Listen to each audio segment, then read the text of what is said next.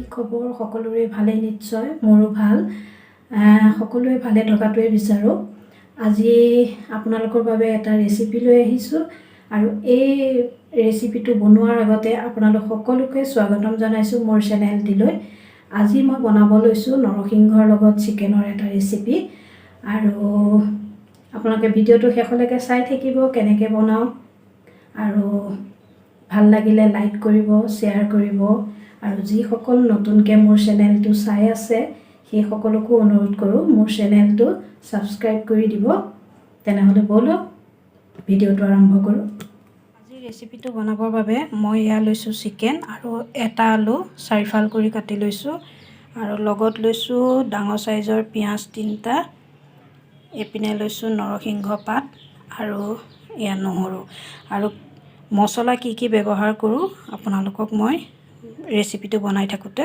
দেখুৱাই কেৰাহী পাতি লৈছো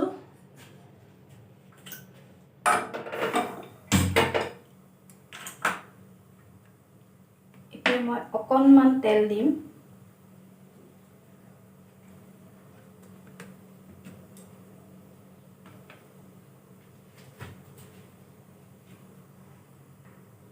তেল গৰম হৈছে মই এতিয়া জুইডাল কমাই লম আৰু ইয়াত এতিয়া মই নৰসিংহ পাতখিনি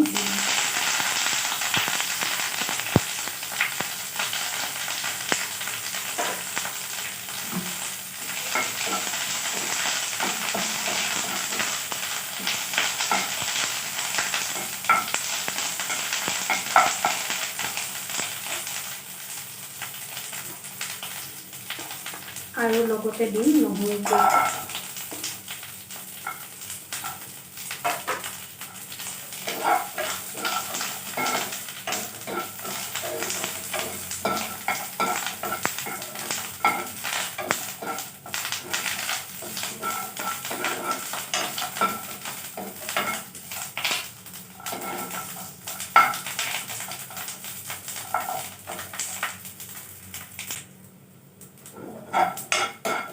এইখিনি মোৰ ভাজি হৈ গ'ল এতিয়া মই এইখিনি এই খুন্দনাটোত লৈ লম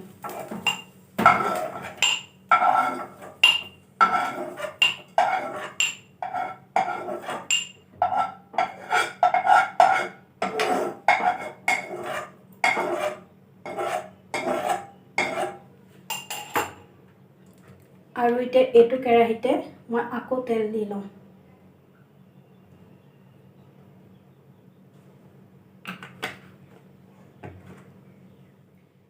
তেলখিনি গৰম হ'ল এতিয়া মই পিয়াজখিনি ভাজি লম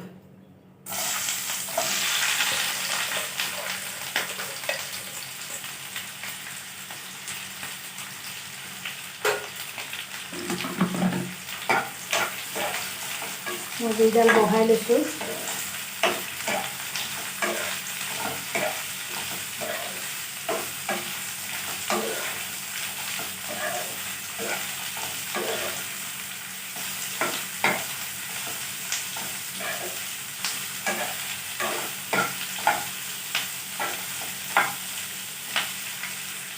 মই পিয়াজখিনি ৰঙচুৱা হোৱালৈকে ভাজি থাকিম পিয়াজখিনি ৰঙচুৱা হৈছে মই এতিয়া এইখিনি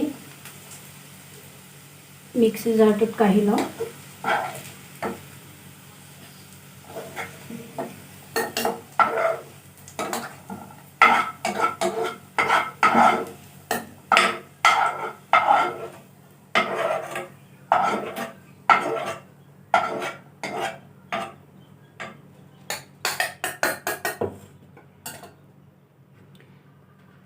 এতিয়া মই ইয়াত আৰু অলপ তেল দিম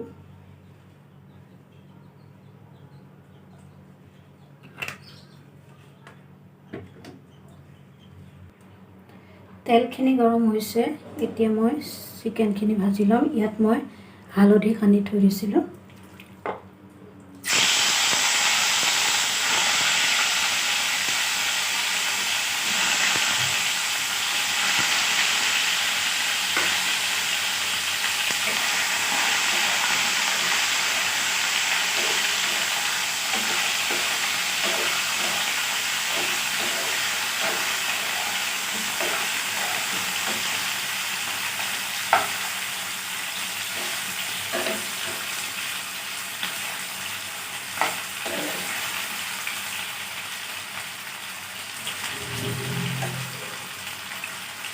মই চিকেনখিনিৰ লগতে আলুখিনিও একেলগে দি দিছোঁ।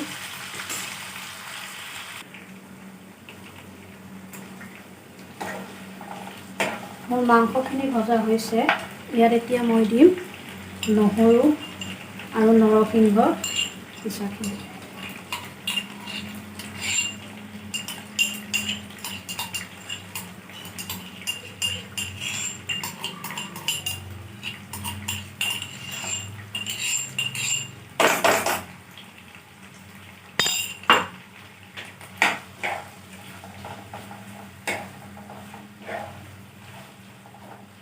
এইখিনি এতিয়া ভালদৰে মিক্স কৰি ল'ব লাগিব।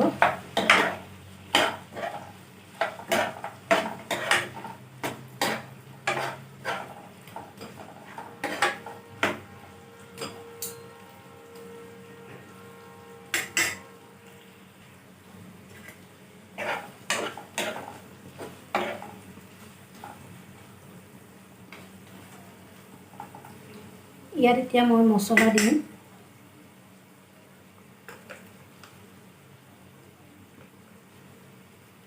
হালধি দিছোঁ,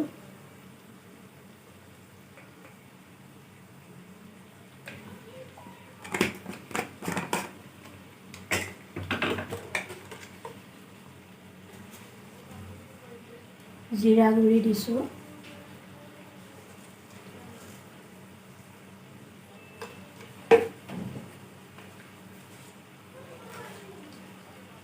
ধনিয়া গুড়ি দিছোঁ,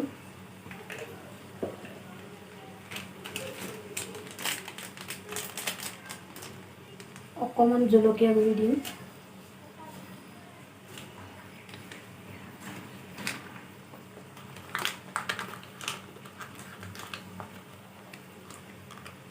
চিকেন মছলা দিছোঁ,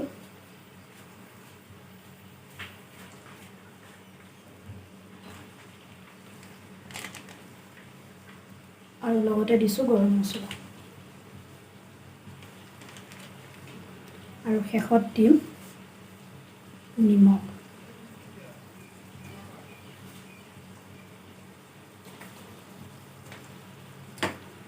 এতিয়া এইখিনি ভালদৰে মিক্স কৰি লওঁ।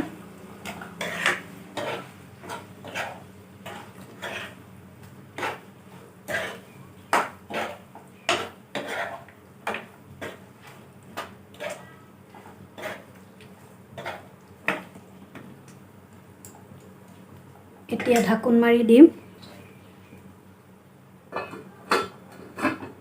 আৰু মাজে মাজে লৰাই থাকিম।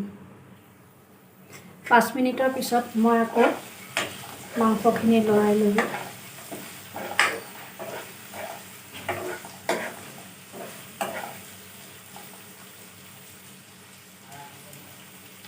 আকৌ ঢাকি দিম।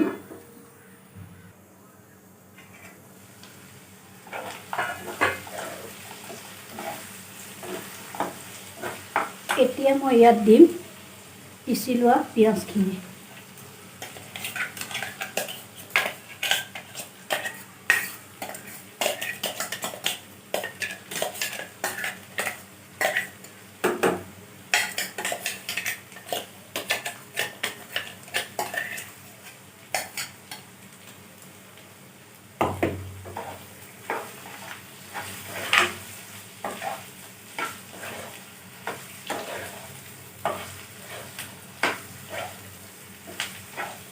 পিঁয়াজটো ভাজি পেলাই পিচি লৈ এনেদৰে মাংসত দিলে মাংসৰ কালাৰটো খুব ধুনীয়া হয়।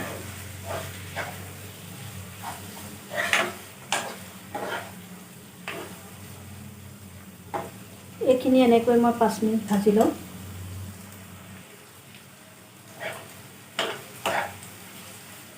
এইখিনি মোৰ হৈ গ'ল। এতিয়া মই ইয়াত জোখমতে পানী দিম।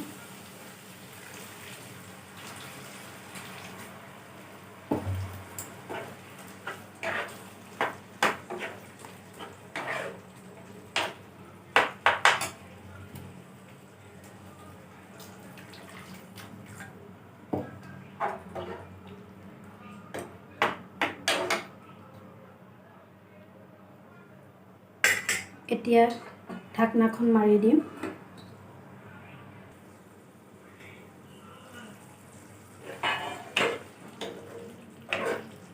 মোৰ চিকেনখিনি বনাই হৈ গ'ল। এতিয়া গেছটো অফ কৰি দিম। আজি এই চিকেন ৰেচিপিটো আপোনালোকে কেনেকুৱা পালে কমেণ্ট কৰি জনাব। তেনেহ'লে আজিলৈ ভিডিঅ'টো মই ইমানতে সামৰিছোঁ। বাই।